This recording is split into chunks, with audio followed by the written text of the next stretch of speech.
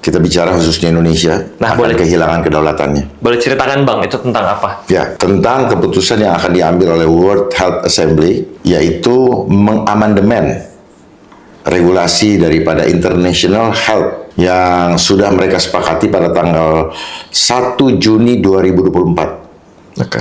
Mereka mengamandemen keputusan yang mereka sudah buat pada tahun 2015, kalau saya tidak salah. Yang mana isinya mengancam kedaulatan negara karena apa? Mereka akan memainkan suatu isu untuk bisa melakukan kontrol atau kendali terpusat hanya dengan mengatakan bahwa terjadi pandemi. Semua keputusan-keputusan yang ada di bangsa kita itu harus mengikuti arahan daripada World Health Organization. Jadi ini ada berkaitan dengan pandemi treaty yang akan diputuskan pada tahun depan, bulan Mei 2026. Yang bahagia ialah mereka yang mendengarkan firman Allah dan yang memeliharanya. Jadi manakala tidak ada penolakan dari pemerintah Indonesia terhadap keputusan yang akan diambil tanggal 19 Juli yang akan datang, maka otomatis Indonesia harus tunduk kepada amandemen dari regulasi International Health. Amandemen ini yang endorse adalah World Health Organization. WHO. Ya, karena pada saat itu tidak ada kesepakatan terhadap keinginannya World Health Organization untuk memutuskan bahwa pada saat bulan Mei 2024 yang lalu, mereka akan memutuskan bahwa akan ada pandemi. Oke. Nah, tetapi karena tidak disetujui oleh semua negara, hanya kurang lebih 154, maka mereka mencoba mencari jalan lain dengan mengangkat ke World Health Assembly. Di atasnya WHO itu Di atasnya WHO. Oke. Ya, untuk membahas ulang. Dan akhirnya tanggal 19 yang akan datang menjadi penentuan apakah Indonesia ikut atau Indonesia keluar dari keputusan amandemen tersebut. Amandemen tersebut sudah diikuti oleh 196 negara. 194 negara adalah anggota WHO, ditambah 2 Leicester dan Tahta Suci. Siapa tuh Tahta Suci? Apa tuh Bang? Vatikan. Oh, oke. Ya, seperti kita ketahui, Vatikan adalah negara terkecil di dunia, tapi negara terkaya di dunia. Apakah pemerintah negara kita nggak tahu agendanya ini? Tuh, mereka tahu, Bang. Mereka masuk jadi panitianya kok. Jadi bukannya nggak tahu, nggak mau, Sudah terjebak. Beda ya. nggak punya opsi untuk Punya, tergantung kepada pemimpin bangsa kita. Tergantung kepada pemimpin-pemimpin dari negara-negara yang sudah menjadi anggota WHO. Oke. Beliau-beliau ingin menjaga kedaulatan bangsanya, Ya. sebagaimana yang termaktub di dalam alinea keempat pembukaan Undang-Undang Dasar 1945, di mana tujuannya yang pertama adalah melindungi segenap bangsa Indonesia dan seluruh tumpah darah Indonesia. Nah, kalau itu dipedomani, maka ini tidak akan terjadi. Jadi semua tergantung kepada political will daripada yang pemerintah yang sedang berkuasa saat ini. Apa yang bisa mempengaruhi political will-nya pemerintah Indonesia sampai merelakan kedaulatan negara kita? Tawaran apa yang mereka dapat? Sadarilah bahwa selama ini apa yang dikerjakan oleh pemerintah kita tidak terlepas dari pengaruh global.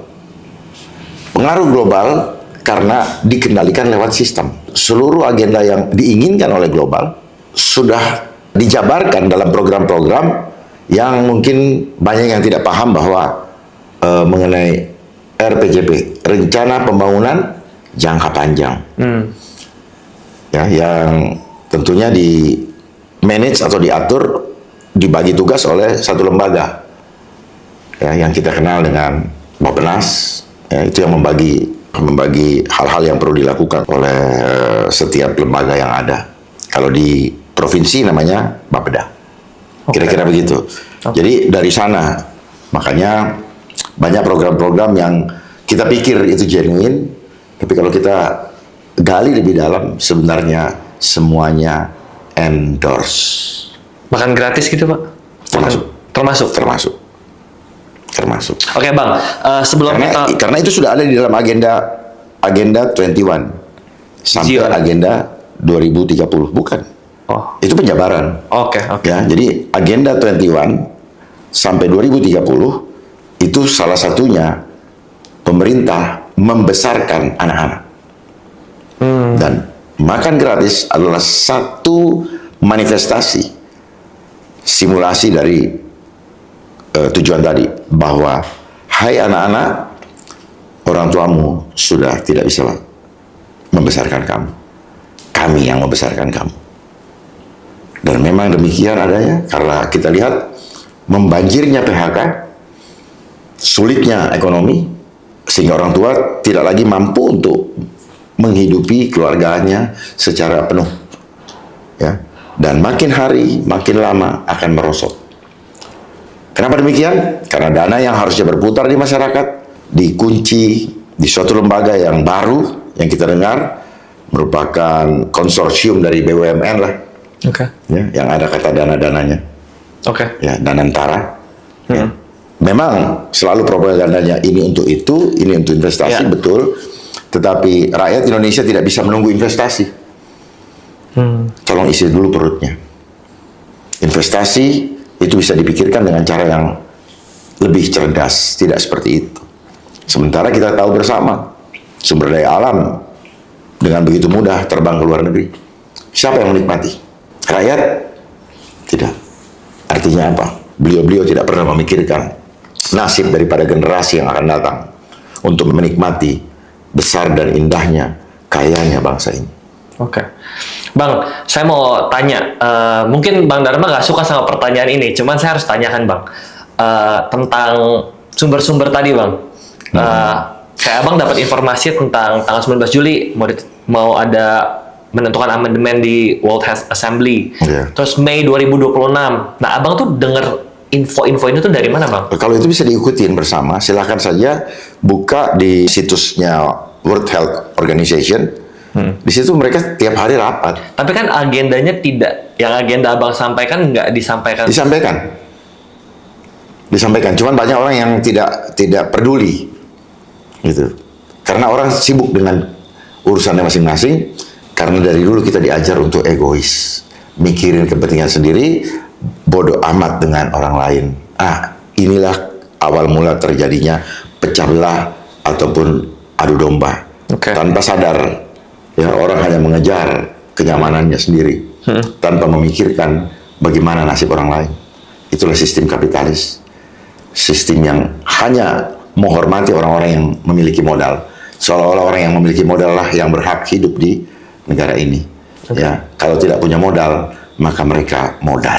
Oke, dengan melihat track record Abang nih di dunia intelijen keamanan, saya mau tahu pandangan Abang tentang kondisi geopolitik. Kan dunia lagi super chaos nih Bang. Kondisi Indonesia gimana Bang saat ini? Ya, dunia super chaos. Memang dibikin chaos. Jadi kalau Indonesia seperti itu, Indonesia tidak punya pendirian, maka chaos adalah suatu keniscayaan. Mampu nggak Bang Indonesia berdaulat Bang di tengah tekanan? Bagaimana mau mampu berdaulat? Tanggal 19 saja sudah tidak menolak mau berdaulat dari mana. Jadi jangan cuma retorika. Berdaulat itu rakyat nggak akan kelaparan. Rakyat tidak akan di PHK. Itulah akibat dari apa? Dari sistem edukasi, general education, yang menggiring kita untuk menjadi budak atau menjadi labor. Ya. Sekarang orang-orang sekolah itu menggantungkan harapannya kepada lapangan pekerjaan. Di situ salahnya. Akhirnya begitu lapangan pekerjaan tidak ada, mabuk semua, frustrasi semua, menangis semua. Lalu buat apa melewati bangku sekolah selama ini? Toh juga ilmu yang tidak bermanfaat bagi kelangsungan hidup kita.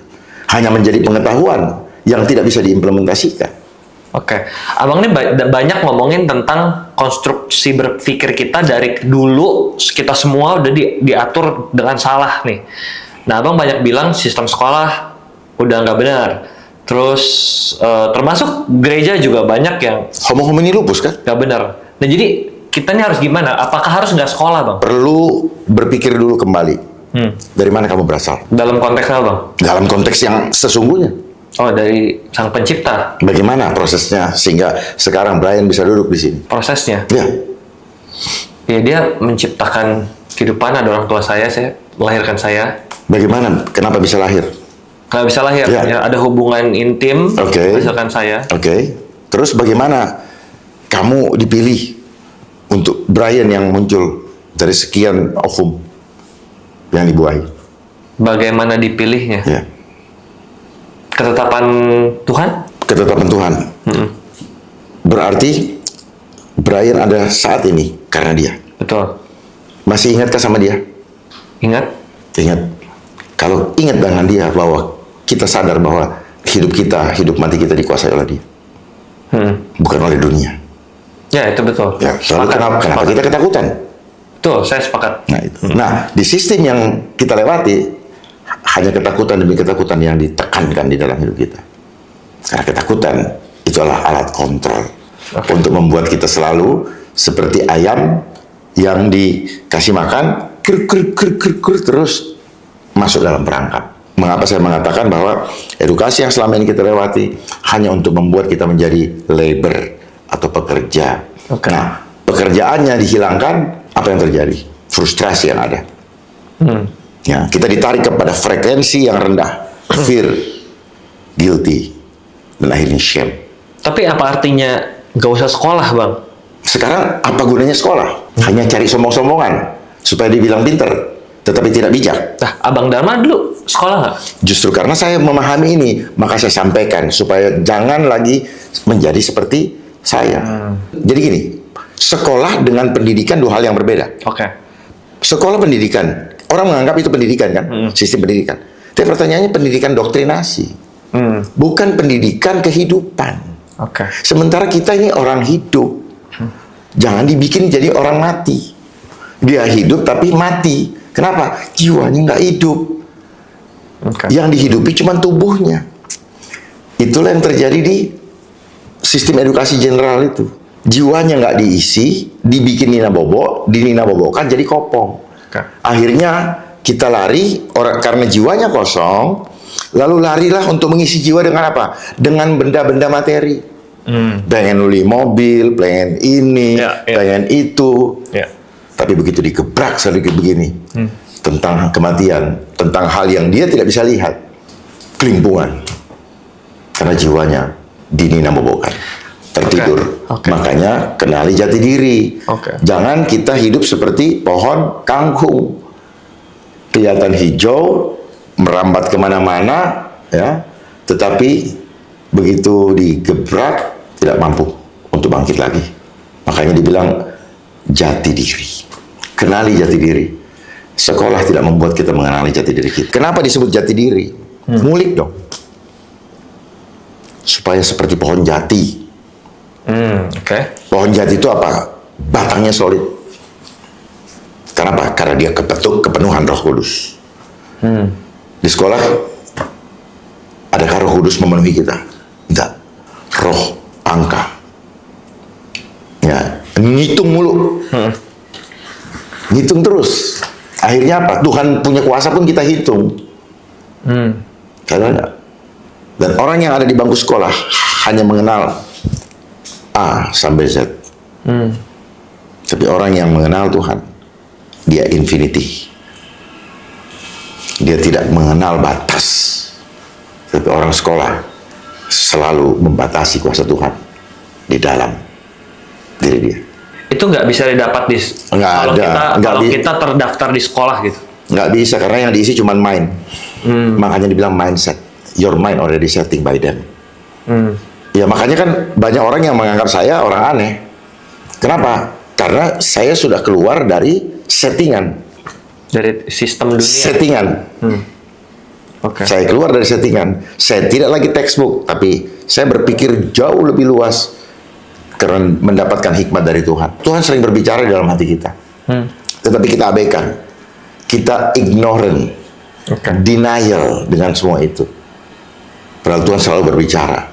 Kenapa? Karena ketidaksanggupan mind kita menggerakkan soul kita. Ya.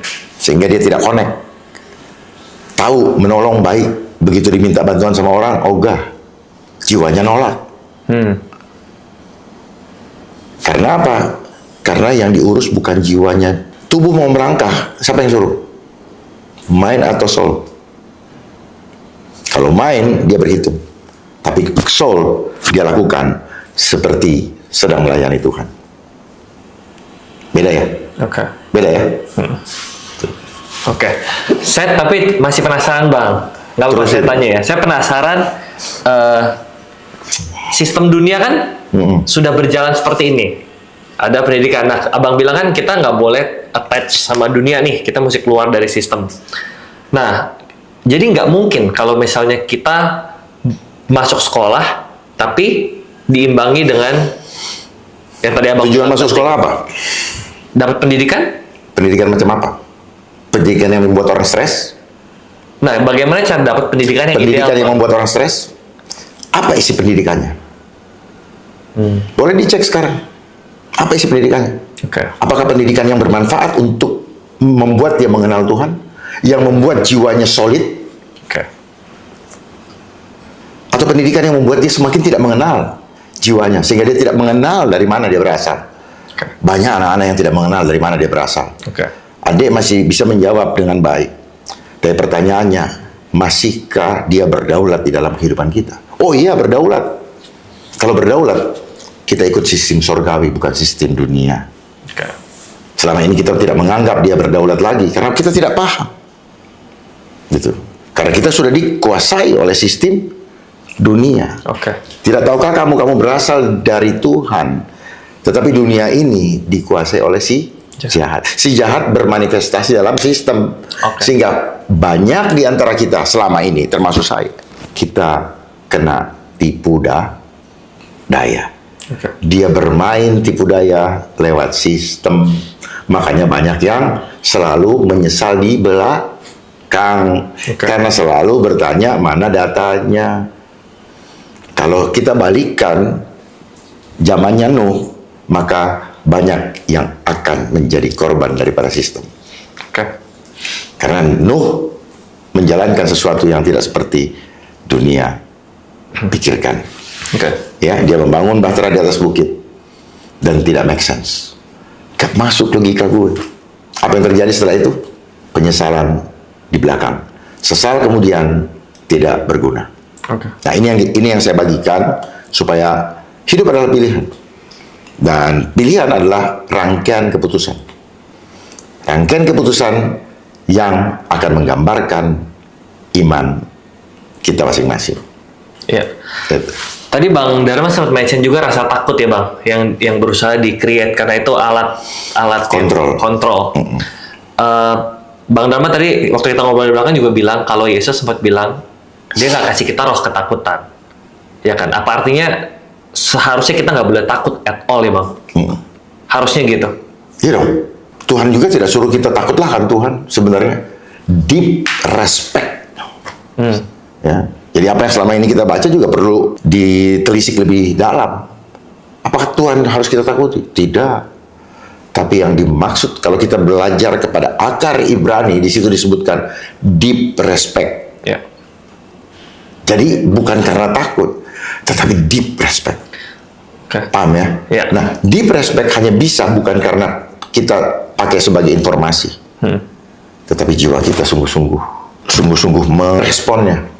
Jadi deep respect adalah respon jiwa kita, ya, sebagai bentuk daripada respect karena kita ada, karena kuasa Dia, Oke. dan kita ada untuk menjadi medianya Dia, bukan menjadi media sistem dunia Oke. yang kita lewatin di general education. Supaya paham nih, Ya. ya, karena di sana kita diadu, di sistem dunia kita diadu. Ya, siapa yang lebih unggul? Makanya ada sekolah unggulan-unggulan. Itu sudah nggak benar sebenarnya. Oke. Apa yang terjadi? Orang jadi sombong, menganggap rendah orang lain, menganggap orang lain. Terus, oh yang ganteng, yang putih kayak begini, terus yang kayak gini hitam. Itu yang dibilang deep respect. Ya, ciptaan Tuhan tidak ada yang bisa kita bilang kamu jelek. Ya. Tapi sistem dunia mengklaster. Oh jelek, ganteng, cakep, segala macam, betul ya? Ya. Kaya, miskin. Di mata Tuhan nggak ada yang miskin. Ya. Di mata Tuhan nggak ada orang bodoh. Yang membodoh-bodohi adalah sistem di dunia. Dikasih nggak, label ya, dikasih label. labeling namanya. Oke. Ya itulah dunia. Ya. Tuhan tidak begitu. Bang, saya mau tanya, bukankah wajar ya Bang, kalau reaksi takut itu bukankah wajar ya? Tapi responnya jangan takut. Karena Yesus sendiri sempat sangat takut waktu dia di Taman Getsemani kan. Dia bilang ke murid-muridnya, saya sangat takut nih, saya sangat sedih. Bukankah itu respon yang normal ya Bang, manusia? Keadaan yang normal, kemudian responnya yang benar. Responnya kan? Responnya. Oke. Nggak boleh ini. Nah, responnya tadi seperti yang saya bilang tadi. Dari mana datangnya takut? Kembalikan rasa takut itu kepada yang ngirim. Ya, ya. Ya. Ya. Makanya kenapa dia kepadamu aku serahkan. Oke. Gitu. Supaya apa? Apapun yang terjadi, jangan kamu mengambil keputusan hidup karena takut, tapi karena iman. Oke. Sadar nggak selama ini banyak yang mengambil keputusan hidup karena takut?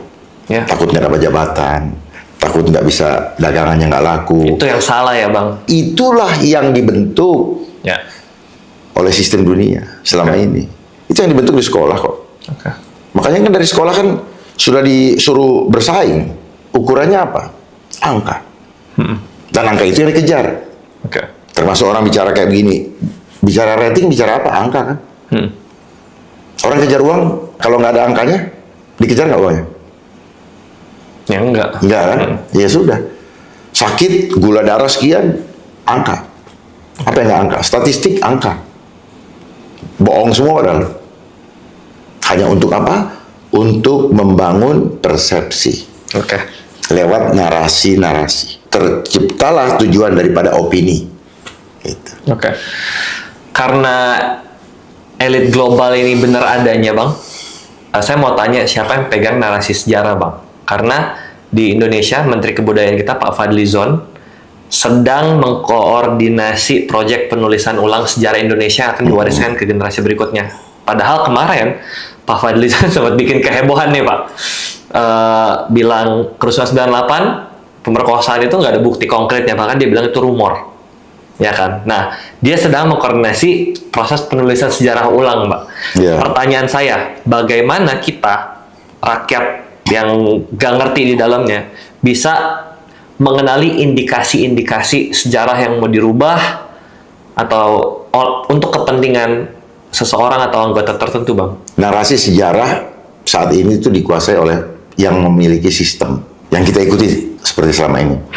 Bayar pajak, hutang negara, harus begini, sekolah, itu kan narasi. Makanya di sekolah dikasih narasi yang mereka inginkan. Baca nih, seolah apa yang kita baca sudah menjadi kebenaran. Sementara kita belajar bahwa setiap ahli yang menulis juga seringkali bertentangan kan. Makanya kita perlu berhikmat. Oke. Bukan pakai ini terus, Mas. Kalau kita mencari panduan seperti ada di sini, maka akan kehilangan kontrol. Karena dikontrol oleh alat ini.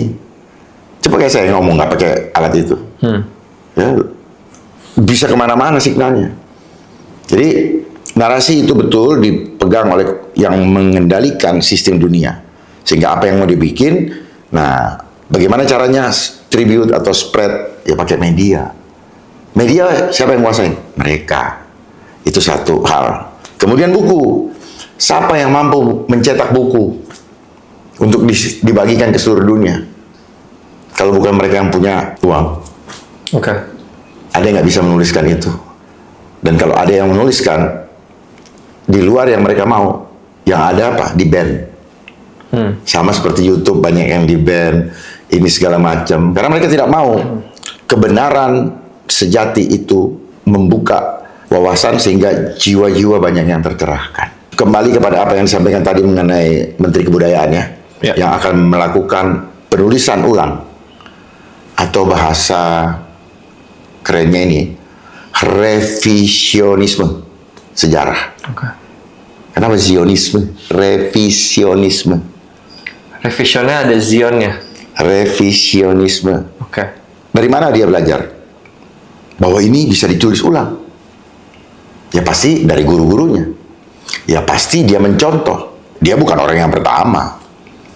Ide itu muncul Karena ada kepentingan. Tinggal kepentingannya apa? Kepentingan merubah arah sejarah atau kepentingan untuk membenahi sejarah, tapi tentunya akan muncul hal-hal subjektif. Karena ini kan sangat dipengaruhi oleh politik, ideologi, ya, dan kepentingan-kepentingan tertentu. Jadi semua bisa dikerjakan karena ada apa? Uang. Oh, ada anggaran. Coba cek aja, ada anggarannya nggak? Pasti ada, Kan? pasti ada. Melibatkan puluhan sejarawan, Ya. universitas. Nah, semoga sejarawan itu bukan sejarawan yang dibayar. Kalau selama dibayar, ada komando, bikin begini, bisakah kita percaya? Maka itu jangan pernah percaya dengan siapapun juga. Percayalah kepada Tuhan dan percayalah kepada hatimu. Cari benang merah sendiri. Bagaimana saya bisa memahami ini semua? Belajar dari sejarah, belajar dari pengalaman hidup, lihat kepada buku-buku pedoman yang pernah ada, tetapi kita perlu uji juga apakah ini kebenaran ataukah merupakan skenario juga yang dituliskan. Lalu minta hikmat. Tuhan akan bukakan semua. Kalau hati kita tulus untuk menyatakan kebenaran, maka dalam waktu yang singkat Tuhan akan singkapkan. Bagi orang-orang yang masih ada selubung, dia akan tetap bebal. Diberitahu, tetap ignorant. Dan dia akan tetap menginginkan hal-hal kenikmatan dunia. Selama kita masih mengejar kenikmatan dunia, maka selama itu selubung akan menutupi kita. Jangan pernah berharap akan bertemu dengan kebenaran. Karena dia adalah kebenaran. Maka kalau kita mengenal dia, kenalilah kebenaran, karena kebenaran itu yang akan memerdekakan kamu. Oke, jadi gimana cara kita cari tahu sumber yang benarnya nih Bang? Karena kalau menurut penjelasan Abang, ini sudah dikontrol sama sistem. Jurnal ilmiah kita juga nggak bisa percaya 100%. Nggak bisa. Media kita nggak bisa Nggak percaya bisa. 100%. Semuanya kita nggak bisa percaya. Apakah last option kita cuma bisa percaya hati yang kita rasakan ke Tuhan? Di Betul. saat saya pernah baca Bang di Alkitab, terus saya bisa bukain sih. Silakan. Katanya hati manusia tuh licik kecenderungannya, selalu jahat. Buku Apakah manusia itu bisa referensi apa dipercaya? yang kamu baca? Sebentar saya cari ayatnya Bang. Saya lupa di mana. Ya, ayat boleh di ayat, tapi jangan salah bahwa di ayat-ayat pun banyak penulisan yang tidak tepat. Oke. Karena ini kan terjemahan. Betul. Terjemahan dari mana? Bahkan versinya begitu banyak, ada 3.000 versi. Ya. Nah itu perlu kita sama-sama belajar kembali. Iya. Kenali sejarah penulisan Alkitab. Ya, jadi supaya ini bisa kita baca, tetapi bagaimana maknanya, Ya. minta hikmat. Ketika kita berbicara tentang firman Tuhan, berarti dia berhubungan dengan jiwa. Oke. Jiwa. Maka hanya jiwa-jiwa yang tercerahkan, jiwa-jiwa yang terkoneksi dengan dia, yang mampu untuk memahami Ya. apa yang dimaksud. Nah, yang ayat yang saya pernah baca ini Bang, di Amsal 28 ayat 26 dibilang siapa percaya kepada hatinya sendiri adalah orang bebal, tapi siapa berlaku dengan bijak akan selamat. Sama di Yeremia Satu-satu supaya nggak bingung. Ya, silakan. Siapa hati yang mana? Hati yang kotor. Karena antara tadi siapa yang percaya dengan hati ya, akan siapa percaya kepada hatinya sendiri adalah orang bebal, tetapi siapa berlaku dengan bijak akan selamat. ya Ya. bijak akan selamat. Bijak dengan hati ada hubungannya nggak? Bijak dengan hati. Nah itu kan Harusnya ada ya. justru itu berarti hati yang dituntun oleh Roh Kudus itu yang didengar, bukan hati yang tidak bijak. Jadi bijak kan, bijak dengan hati ini ada kaitannya. Bijak itu kan apa yang muncul. Ya. Muncul dari mana? Jagalah hatimu dengan penuh kewaspadaan, karena dari situ terpancar kehidupan. Ya. Kondisi bijak akan bisa dirasakan oleh lingkungan menjadi ekspresi jiwa, betul? Ya. Betul nggak? Ya. Ya, makanya bilang jagalah hatimu. Bukan mendengarkan hati yang dikuasai hawa nafsu. Makanya dibilang roh penurut, daging lemah. Karena daging sangat tergantung kepada roh. Kalau roh jiwamu dikuasai oleh roh, maka dagingmu akan mengikuti. Paham nggak? Ya. Boleh saya lanjut, Bang? Nggak paham nggak dulu? Justru saya mau Ya, itu. ya. Paham nggak? Jadi kamu akan melakukan dagingmu, fisikmu, itu akan mengikuti apa yang disuruh oleh hatimu. Nah, menjaga hatinya tuh pakai apa, Bang? Roh Kudus. Lah bagaimana kamu mau menjaga hati kalau kamu hanya pakai mind? Selama ini kan soul kita nggak dihidupin. Di firman Tuhan selalu berkatakan, sadarlah dan berjaga-jaga. Jangan dipikir mata melek ini sadar, enggak bos. Ya. Sadar itu apa? Karena banyak orang mabok. Mabok jabatan, mabok harta, mabok cinta, mabok apa? Ya. Terus tertidur. Ya. Tertidur itu apa? Hidup nyaman dengan comfort zone. Ya. Nggak mau keluar. Ya, untuk merubah diri. Itu. Makanya sadarlah. Jadi kita melaksanakan, aduh gue pengen ke inilah, mungkin jalan-jalan ke Las Vegas. Ya. Itu suara Roh Kudus atau suara kedagingan? Oke.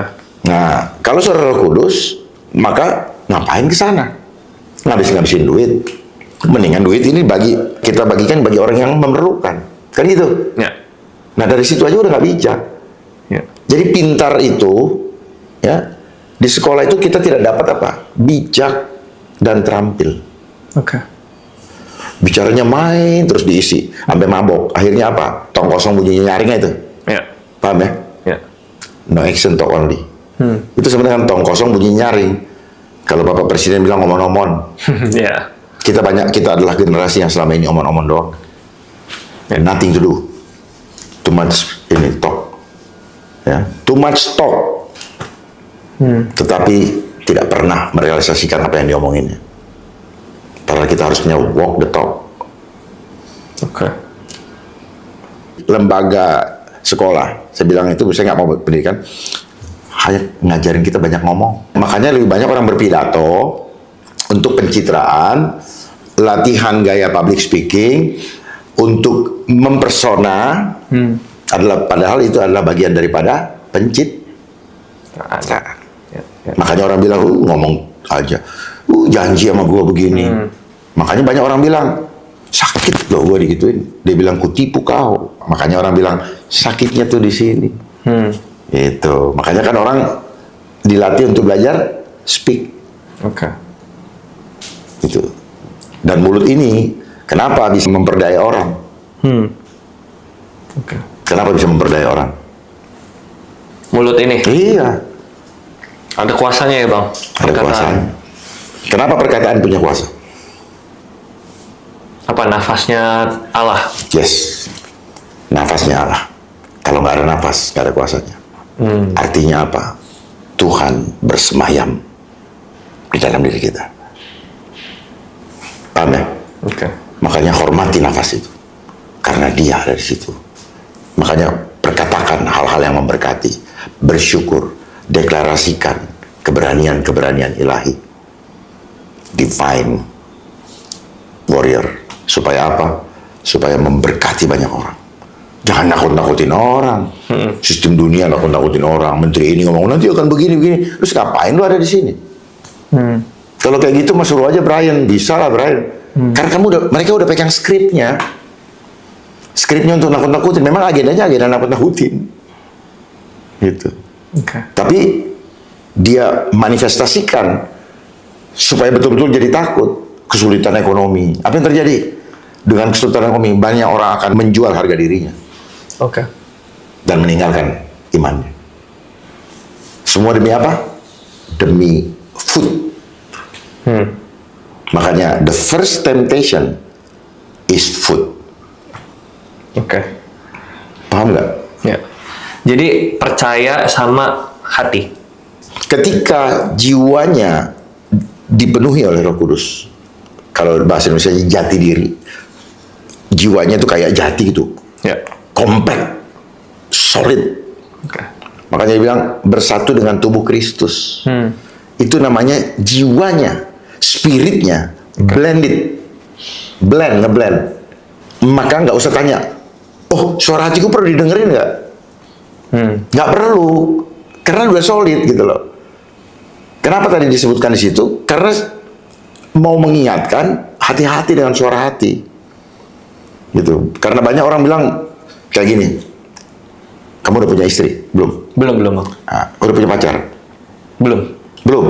Oh, kalau belum punya pacar, misalnya contoh, begitu orang mau berselingkuh kan, suara hatinya udah ngasih tahu kan, Ya. jangan. Tapi suara hati mana yang diikutin? Makanya di dalam diri kita itu, kapan kita menjadi ikut karakter Tuhan, kapan kita bergeser dari karakter, kita jadi karakternya iblis. Oke. Makanya kenapa mereka sadar nggak selama ini, saya baru sadar, kenapa dipilih kata Tuhan. Kenapa Bang?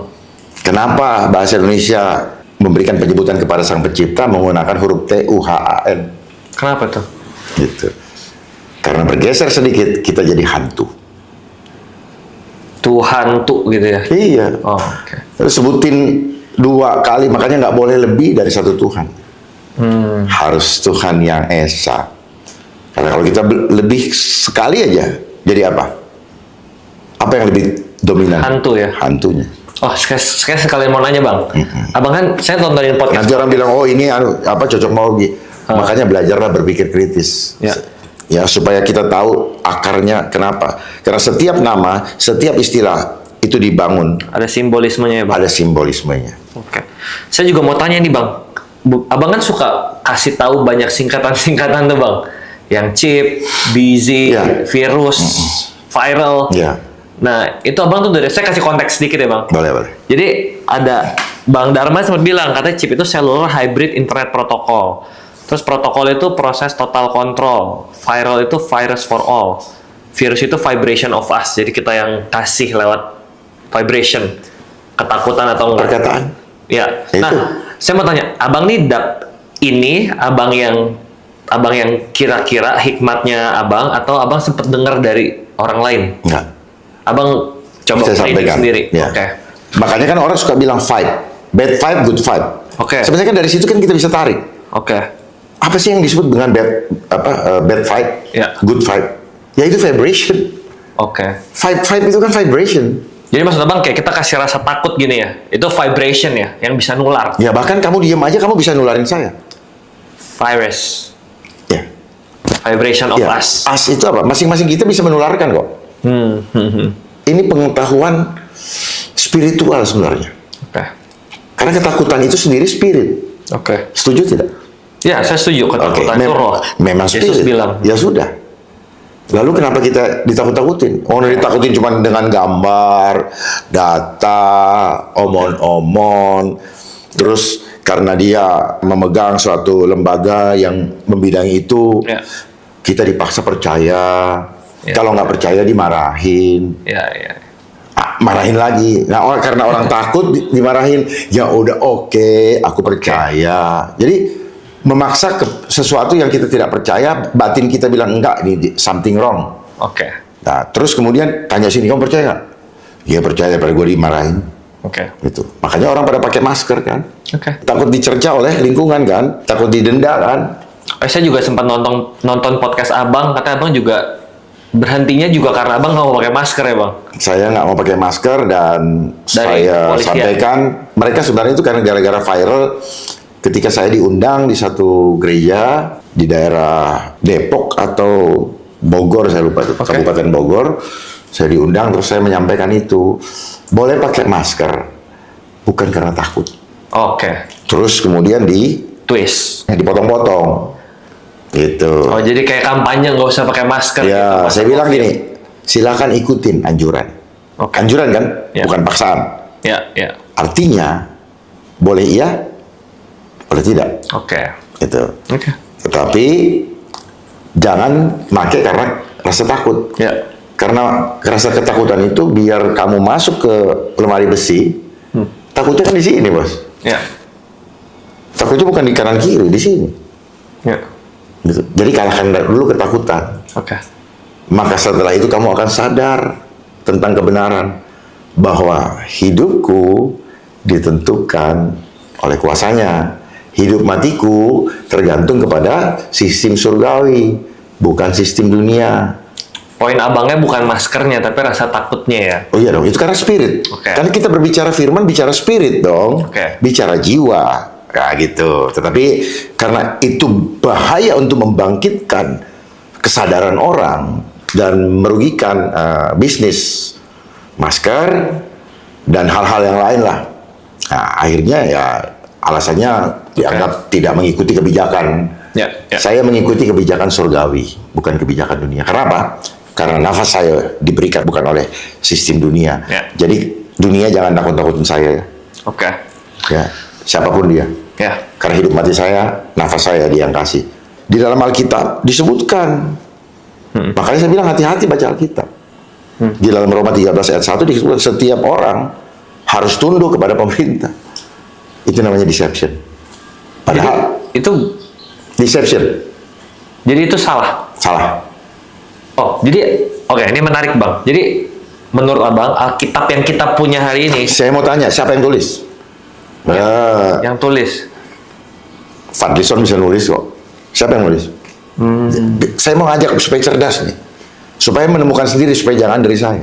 Awalnya kan Torah ditulis sama Kata siapa? baca sejarah. Siapa yang nulis sejarah? Jadi kita Siapa yang menulis sejarah? Jadi, maksud saya mau encourage Ya. supaya you will open your mind. oke. Untuk tahu siapa yang nulis kan kita butuh baca referensi-referensinya Bang. Kita nggak bisa pakai Satu. feeling doang. Nggak bisa. Nah, nggak bisa. jadi cara cari yang benar- Tapi gini, Tuhan ngasih tuntunan. Ada yang nggak benar nih. Masa kita suruh tunduk sama ini bukan sama yang di atas? Tuh, ngerti nggak? Jadi menurut Abang, Ya, bentar dulu. Oke. Itu kan saya ciptaan Tuhan. Hidup mati saya ditentukan oleh Dia. Terus masa dunia yang mengatur itu, dan ini kuncinya jelas sekali. Nafas ini punya Dia. Setuju? Setuju. Ini sumber kehidupan kita di nafas loh. Makanya kunci inimu pakai sapu tangan 3 menit aja udah kelojotan. Ya. Ya. Tapi mereka membangun narasi sesat. Pakai masker. Sementara kita tahu mulut kita mengeluarkan apa? Ya. Mengeluarkan apa? CO2 keluarnya CO2. Nah, Karbon dioksida. terus mulek dong, muter dong. Logika aja udah nggak masuk. Mereka bangun teori, mereka bantah teori itu. Apa yang terjadi? Kemunafikan. Kenapa kalau makan Anda buka mulut? Buka masker? Kenapa Bang? Ya kenapa? Pakai masker nggak bisa masuk. Lah ya sudah, berarti teori itu batal dong. Oke. Bang, jadi menurut Enggak, tahu, teori itu batal nggak? dari yang mana Bang? Yang Disuruh pakai masker, kalau makan suruh buka mulut. oh jadi ngapain ditutup bakal dibuka juga? Lah udah kalau mau tutup terus sampai Tuhan panggil. Oh. Gitu ya sih, jangan jadi munafik. Begitu masuk ruangan nggak lihat orang buka. Itu maksud saya. Oke. Jadi semakin tidak bagus kan karakter kita. Betul tidak? Oke. Karakter munafik betul? Ya. Betul tidak? Ini kan spirit bos yang mereka sedang membentuk spirit. Oke. Mau telepon buka, mau makan buka, masuk restoran buka, di luar pura-pura waktu diperiksa. Jadi hidup begitu kayak robot, formalitas banget. Oke. Sekarang pun kalau mau dia bikin ada kok. Ini kan cuma permainan sistem. Oke. Karena ada duit. Oke. Makanya mereka kaya-kaya. Protes mereka. Nah sekarang nggak ada hamba-hamba Tuhan untuk yang berbicara tentang itu. Kenapa? Takut. Oke. Oke apa? Saya mau tanya Bang, Oke apa dulu? kenapa mereka nggak berani nyampein apa? Iya, nyampein kebenaran. Mungkin karena yang pandangan mereka sama Abang berbeda Bang. Pandangan yang dibentuk oleh apa? Pandangan itu kan persepsi toh. Nah, masalahnya kan yang mereka percayai Alkitab yang mereka pegang tuh 100% benar. Sedangkan Abang nggak memandang Alkitab yang kita Bukan. punya sekarang 100% benar. Kita mesti questioning kan Bang, kayak siapa yang tulis. Saya berharap itu questioning. Siapa yang nulis? Kenapa dia jadi bahasa Indonesia? Asalnya dari bahasa apa? Itu dong. Lah kalau begini, kamu baca ini, generasi berikutnya, saya belok-belokin. Yang lama sudah nggak ada, kita bikin baru. Oke. Ini yang harus pedomani oleh kita. Apa yang terjadi? Apa yang terjadi? Semakin tidak mengenal. Ingat ya, saya bisik kamu sampaikan ke ibu itu. Dari saya ke sana sudah lain artinya, sudah lain pemahamannya. Kenapa? Nggak maksimal. Oke. Gitu. Oke. Belajari itu. Sejak kapan terjadi pembelokan? Apakah semuanya belok? Enggak. Dia selip-selipkan sesuai dengan kebutuhannya. Yang tadi abang mention, jadi menurut abang harusnya nggak gitu, patuh sama. Ya, saya mau kasih tahu ya. Tunduk Alkitab sama yang dipakai penguasa. sekarang, ya biar didengarkan semua, Ya. adalah versi dari King James Ya. yang ditulis tahun 1611 dan dijadikan referensi, diterjemahkan dalam kurang lebih 3.000 versi. Ya, sekarang aja ada terjemahan lama, terjemahan baru TB, ya kan? TL, TB. Sekarang ada namanya Bahasa Indonesia Masa Kini, BIMK. Gitu. Dari sini aja udah banyak yang beda-beda. Yang lain juga, Mormon juga punya Alkitab. Oke. Ya. Apakah ini semua lengkap yang ditulis? Kenapa 66? Adakah yang dikeluarkan? Adakah yang diblok untuk tidak masuk? Oke. Jadi jangan cuma berpikir situ. Kenapa 66? Ya kita perlu bertanya balik kan. Oke. Baca begini, terima begini, jangan bulat-bulat. Makanya di sini perlu hikmat. Karena itu bisa ditulis oleh penguasa dunia. Siapa penguasa dunia? Siapa yang bisa mencetak kemana-mana? Di mana diseragamkannya? Di suatu badan yang disebut dengan United Bible Society. Oke. Bang, Ya. kita move on ya. Saya masih ada pertanyaan. Ketegangan Israel-Palestina nih, abang kan background-nya keamanan, intelijen. Ketegangan dua negara ini, sekarang banyak negara-negara besar lainnya, Amerika, China, Iran, Rusia, pada ikut campur nih. Menurut abang, perang dunia ketiga bakal terjadi nggak bang? Perang fisik atau Dari perang... cyber war maupun fisik. Cyber war sudah terjadi ya dari sekarang juga. Ya itu ada udah jawab sendiri. Kalau fisik bang, bakal Ya. terjadi nggak? Fisik, Iya. ya bakal terjadi. Ya, itu kan Ukraina dengan Soviet aja kan.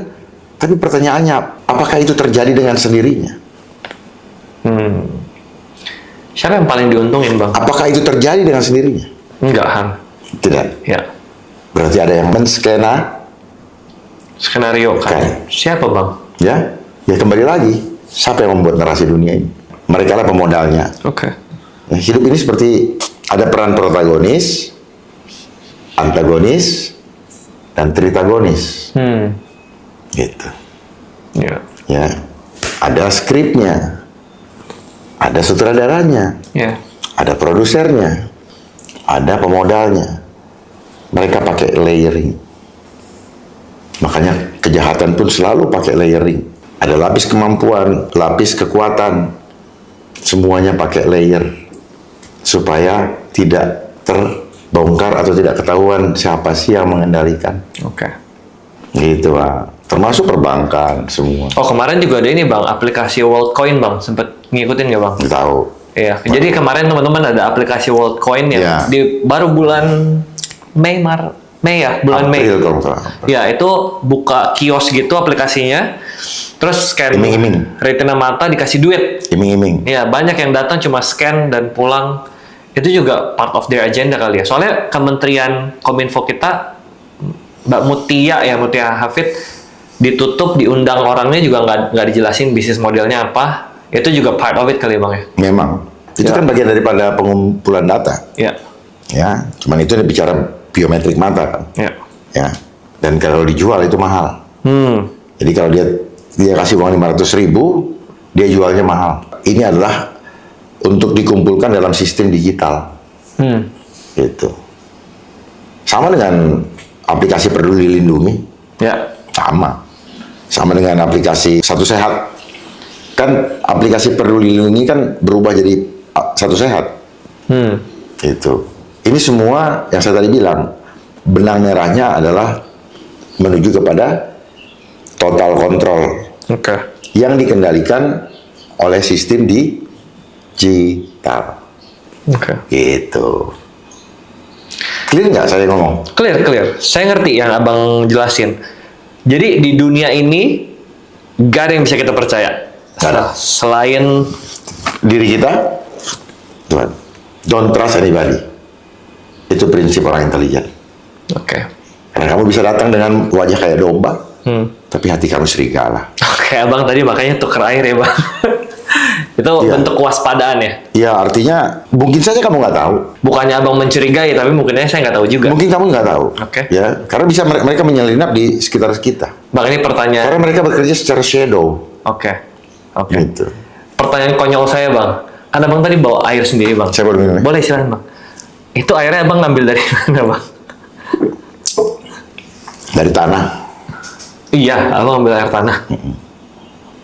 Oke. Yang kamu minum air dari mana? Saya mau beli yang ada mereknya. Oh, Abang pakai filter gitu di rumah ya? ya. Soal air tanah. Asalnya dari mana itu? Oh. Kenapa air yang Tuhan berikan jadi industri? Oke. Oke. Kenapa? Karena inilah zaman revolusi industri. Semua harus jadi Uang. uang. Kamu nanti kalau jatuh cinta, kamu perlu uang. Ya. Betul nggak? Betul. Betul. Betul. Jadi cinta juga industri. Oke. Bahkan merit juga industri. Oke. Betul nggak? Ya. Betul nggak? Nah, saya nggak bisa komen tuh bang. Saya belum pelajari lebih Nggak jauh. harus komen karena sewa gedung ini anu itu dari mana ritual itu? Oke. Itu nggak harus sih. Nggak harus. Tapi kan Betul. faktanya kan orang sudah terbentuk. Iya. Kalau nggak begini nggak asik gitu loh.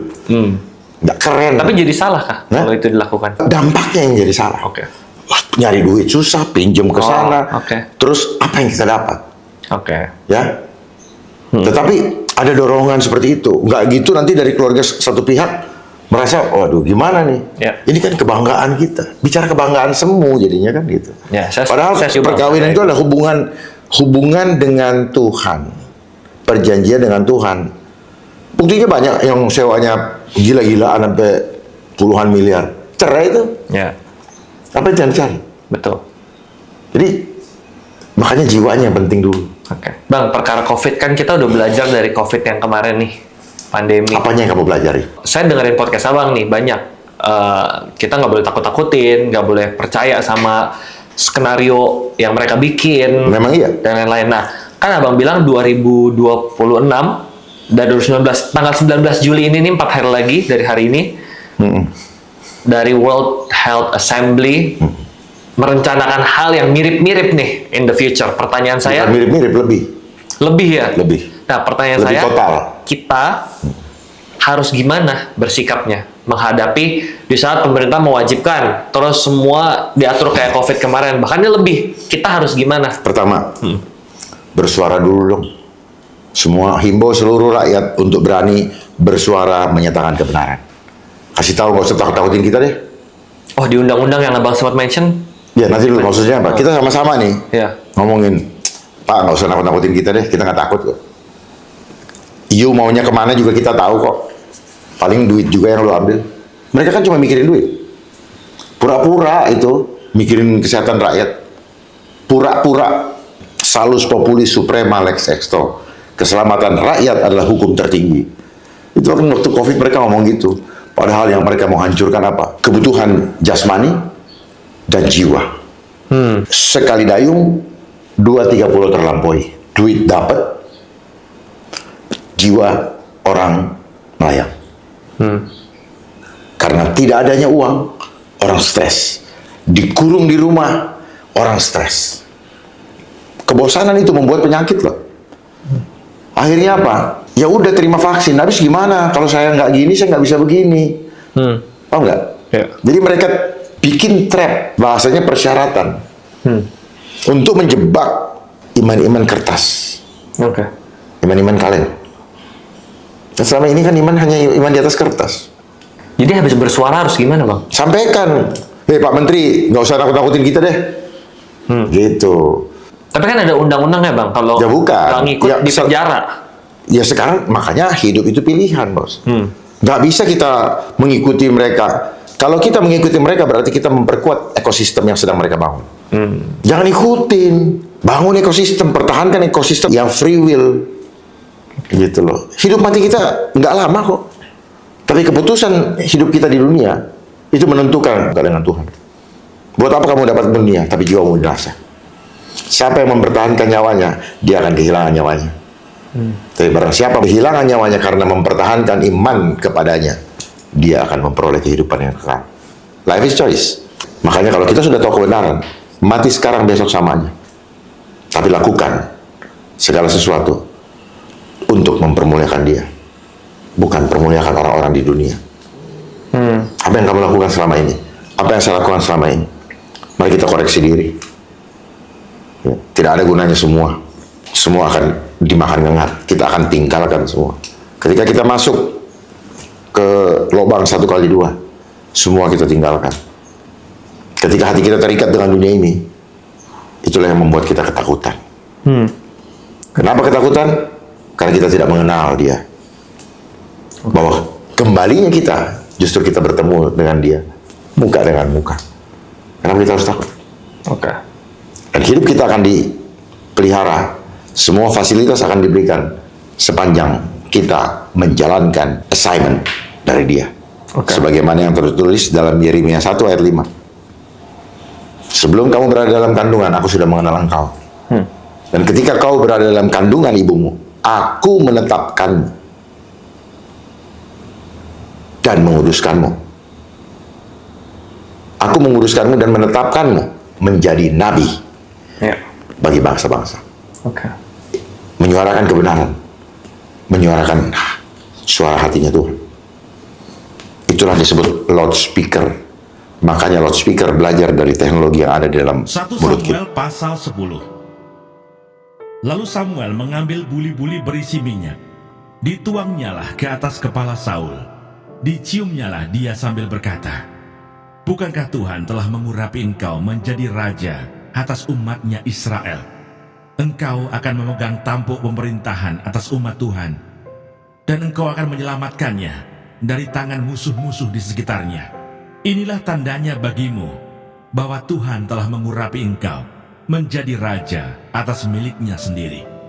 Apabila engkau pada hari ini pergi meninggalkan aku, maka engkau akan bertemu dengan 2 orang laki-laki di dekat kubur Rahel, di daerah Benyamin, di Selsah. Mereka akan berkata kepadamu, keledai-keledai yang engkau cari itu telah diketemukan, dan ayahmu tidak memikirkan keledai-keledai itu lagi, tetapi ia khawatir mengenai kamu. Katanya, apakah yang akan kuperbuat untuk anakku itu?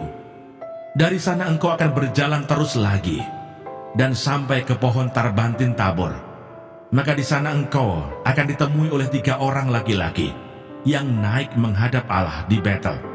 Seorang membawa 3 ekor anak kambing, seorang membawa 3 ketul roti, dan yang lain lagi sebuyung anggur. Mereka akan memberi salam kepadamu dan memberikan kepadamu 2 ketul roti yang akan kau terima dari mereka. Sesudah itu engkau akan sampai ke Gibea Allah, tempat kedudukan pasukan orang Filistin. Dan apabila engkau masuk kota, engkau akan berjumpa di sana dengan serombongan nabi yang turun dari bukit pengorbanan dengan gambus, rebana, suling, dan kecapi di depan mereka. Mereka sendiri akan kepenuhan seperti nabi. Maka roh Tuhan akan berkuasa atasmu. Engkau akan kepenuhan bersama-sama dengan mereka dan berubah menjadi manusia lain. Apabila tanda-tanda ini terjadi kepadamu, lakukanlah apa saja yang didapat oleh tanganmu, sebab Allah menyertai engkau. Engkau harus pergi ke Gilgal mendahului aku, dan camkanlah, aku akan datang kepadamu untuk mempersembahkan korban bakaran dan korban keselamatan. Engkau harus menunggu 7 hari lamanya, sampai aku datang kepadamu dan memberitahukan kepadamu apa yang harus kau lakukan." Sedang ia berpaling untuk pergi meninggalkan Samuel, maka Allah mengubah hatinya menjadi lain. Dan segala tanda-tanda yang tersebut itu terjadi pada hari itu juga. Ketika mereka sampai di Gibea dari sana, maka bertemulah ia dengan serombongan nabi. Roh Allah berkuasa atasnya, dan Saul turut kepenuhan seperti nabi di tengah-tengah mereka. Dan semua orang yang mengenalnya dari dahulu melihat dengan heran bahwa ia bernubuat bersama-sama dengan nabi-nabi itu. Lalu berkatalah orang banyak yang satu kepada yang lain, "Apakah gerangan yang terjadi dengan anak Kis itu? Apa Saul juga termasuk golongan nabi?" Lalu seorang dari tempat itu menjawab, "Siapakah bapa mereka?" Itulah sebabnya menjadi peribahasa, "Apa Saul juga termasuk golongan nabi?" Setelah habis ia kepenuhan seperti nabi, pulanglah ia. Dan paman Saul berkata kepadanya dan bujangnya, "Dari mana kamu?" Jawabnya, "Mencari keledai-keledai itu." Tetapi ketika tidak terlihat, Maka kami pergi kepada Samuel. Kemudian paman Saul itu berkata, "Coba ceritakan kepadaku, apa yang dikatakan Samuel kepada kamu?" Kata Saul kepada pamannya itu, "Terus saja diberitahukannya kepada kami, bahwa keledai-keledai itu telah diketemukan. Tetapi perihal menjadi raja yang telah dikatakan Samuel kepadanya, tidak diceritakan kepadanya." Saul menjadi raja dengan undian. Kemudian Samuel mengerahkan bangsa itu ke hadapan Tuhan di Mizpah. Dan ia berkata kepada orang Israel itu, "Beginilah firman Tuhan Allah Israel, Aku telah menuntut orang Israel keluar dari Mesir dan telah melepaskan kamu dari tangan orang Mesir dan dari tangan segala kerajaan yang menindas kamu. Tetapi sekarang kamu menolak Allahmu yang menyelamatkan kamu dari segala malapetaka dan kesusahanmu dengan berkata, 'Tidak, angkatlah seorang raja atas kami.' Maka sebab itu, berdirilah kamu di hadapan Tuhan menurut sukumu dan menurut kaummu." Lalu Samuel menyuruh segala suku Israel tampil ke muka. Maka didapati suku Benyamin. Sesudah itu disuruhnyalah suku Benyamin tampil ke muka menurut kaum keluarganya. Maka didapati kaum keluarga Matri. Akhirnya disuruhnyalah kaum keluarga Matri tampil ke muka seorang demi seorang. Maka didapati Saul bin Kis. Tetapi ketika ia dicari, ia tidak diketemukan. Sebab itu ditanyakan pula lah kepada Tuhan, "Apa orang itu juga datang kemari?" Tuhan menjawab, "Sesungguhnya ia bersembunyi di antara barang-barang. Berlarilah orang ke sana dan mengambilnya dari sana." Dan ketika ia berdiri di tengah-tengah orang-orang sebangsanya, ternyata ia dari bahu ke atas lebih tinggi daripada setiap orang sebangsanya. Dan Samuel berkata kepada seluruh bangsa itu, "Kamu lihatlah orang yang dipilih Tuhan itu, sebab tidak ada seorang pun yang sama seperti dia di antara seluruh bangsa itu." Lalu bersoraklah seluruh bangsa itu demikian, "Hidup raja!" Kemudian Samuel menguraikan kepada bangsa itu tentang hak-hak kerajaan, menuliskannya pada suatu piagam, dan meletakkannya di hadapan Tuhan. Sesudah itu Samuel menyuruh seluruh bangsa itu pulang, masing-masing ke rumahnya. Saul pun pulang ke rumahnya, ke Gibea, dan bersama-sama dengan dia ikut pergi orang-orang gagah perkasa yang hatinya telah digerakkan Allah. Tetapi orang-orang dursila berkata, "Masakan orang ini dapat menyelamatkan kita?" Mereka menghina dia dan tidak membawa persembahan. Yang berbahagia ialah mereka yang mendengarkan firman Allah dan yang memeliharanya.